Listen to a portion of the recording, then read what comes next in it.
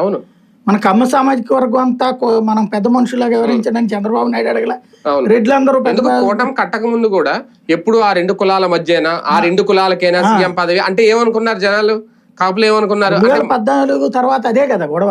19కి ముందు మాట్లాడింది అదే కదా.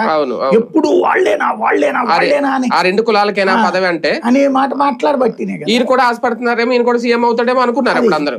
ఓ పక్కన అది చెప్తా, రెండో పక్కనే మళ్ళీ అదేం సంబంధం లేదంటే ఎట్లా ఉంటది సమస్య? కుల ప్రస్తావన అసలు ఫస్ట్ పవన్ కళ్యాణ్ ఆ మాటలు మాట్లాడడం మానేయాలి.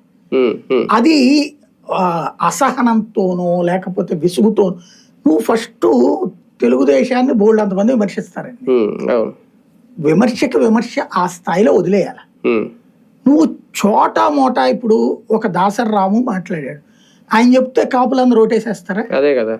లేకపోతే జేడి లక్ష్మీనారాయణ చెప్తే కాపులందరూ ఓట్లేసేస్తారు. కాబట్టి ఆ నాయకులకు కూడా నువ్వెందుకు రెస్పాండ్ అవుతావు? ఇప్పుడు అతని పేరు ఏంటది, కమెడియన్ కాదు అతను, కత్తి మహేష్.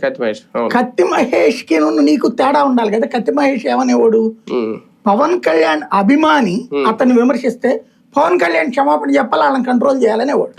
నేనే కదా అప్పుడు తప్పు అని చెప్పింది. ఏమయ్యా ఆడపాయ ఏదో నువ్వు నేను సినిమాలో ఉదయ్ కిరణ్ ఒక సీన్ ఉంటది, ఏది ఎవరో ఒక అమ్మాయి మూసు కూర్చోడ పొల చొక్కాని సునీల్ అంటే వాడు బల్ల ఎక్కేసేసి